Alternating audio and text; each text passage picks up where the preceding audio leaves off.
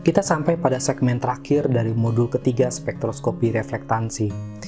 Pada segmen ini kita akan membahas mengenai pengukuran spektral reflektansi menggunakan spektroradiometer atau spektrofotometer. Beberapa orang mungkin menyederhanakan menjadi spektrometer, meskipun sebenarnya spektrometer dan spektroradiometer ada sedikit perbedaan. Spektrometer adalah unit dasar dari spektroradiometer. Spektroradiometer mencakup input optik dan kalibrasi yang memungkinkan spektrometer untuk melakukan pembacaan terkalibrasi daya, intensitas, dan radiasi atau pancaran dalam unit optik. Di sini alat spektroradiometer yang dimaksud khususnya alat spektroradiometer guna pengukuran reflektansi. Seperti yang sudah Anda ketahui bahwa kamera hiperspektral sudah mulai tersedia, tetapi harganya masih sangat mahal dan processing yang cukup rumit. Salah satu cara untuk mengukur reflektansi secara langsung adalah dengan menggunakan spektroradiometer. Meskipun data yang kita dapatkan tidak dalam bentuk image atau gambar, melainkan data kuantitatif. Pengukuran reflektansi adalah dengan cara menyinari sampel dan mengukur intensitas yang dipantulkan.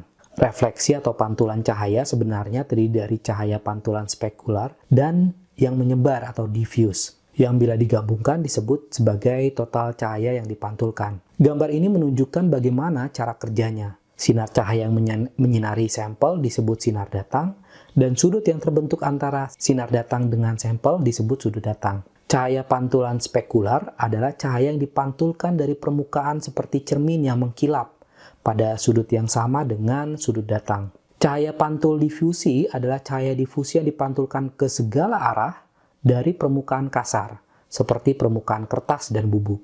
Spektroradiometer akan merekam cahaya yang dipantulkan.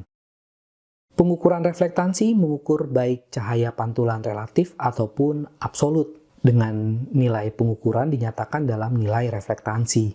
Pengukuran reflektansi relatif menghitung jumlah proporsional cahaya yang dipantulkan yang diukur dari permukaan sampel relatif terhadap jumlah cahaya yang dipantulkan yang diukur dari plat referensi. Reflektansi relatif dihitung berdasarkan asumsi plat referensi memiliki reflektansi 100%. Oleh karena itu, sangat penting untuk mengelola plat referensi dengan benar karena nilai reflektansi yang berbeda dapat diperoleh jika plat referensi diganti atau jika plat tersebut terkontaminasi atau berubah karakteristik. Spektroradiometer seperti ASD Fieldspec 4 yang dimiliki oleh Laboratorium Teknik Eksplorasi dan Evaluasi Bahan Galian mengukur reflektansi relatif karena menggunakan material referensi pada saat kalibrasi yang menggunakan alat yang dinamakan white reference. Jika alat spektroradiometer atau spektrofotometer dilihat lebih detail lagi, terdapat dua desain dasar untuk spektrofotometer tipe dispersif, yaitu instrumen tipe berkas sinar tunggal atau single beam dan berkas ganda atau double beam.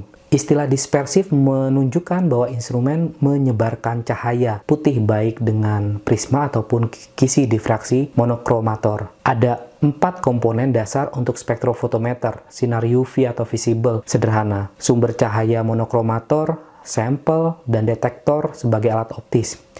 Kita membutuhkan sumber cahaya di mana yang diperlukan adalah cahaya yang dapat memberikan seluruh spektrum elektromagnetik yang diperlukan. Sumber cahaya dapat berasal dari matahari. Jika kita bekerja di luar ruangan, dengan kata lain mengukur langsung di lapangan, kita juga dapat menggunakan juga lampu tungsten atau halogen intensitas tinggi yang mempunyai spektrum yang mirip dengan matahari.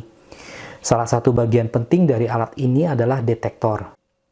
Berikut adalah contoh alat spektroradiometer yang dapat digunakan untuk mengukur reflektansi material, baik alat yang bersifat portable ataupun yang bersifat tetap dengan lebar spektrum, panjang gelombang, dan spesifikasi lainnya yang mungkin dapat berbeda. Seperti yang tadi sudah disampaikan bahwa Laboratorium Teknik Eksplorasi dan Evaluasi Bahan Galian ITB mempunyai alat ASD Fieldspec 4. Alat ini digunakan dalam kondisi laboratorium maupun untuk pengukuran langsung di lapangan.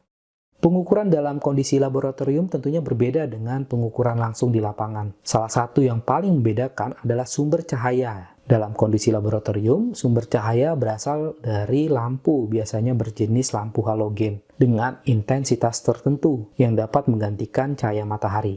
Suasana laboratorium juga cukup berbeda dengan di luar lapangan. Di laboratorium, kita bisa mengurangi gangguan baik dari uap air maupun kondisi atmosfer luar. Intensitas cahaya juga dapat disesuaikan, berbeda dengan di lapangan. Pun demikian dengan kondisi sampel yang diukur, dapat dibuat seideal mungkin agar pengukurannya dapat menghasilkan nilai sampel yang sebenarnya.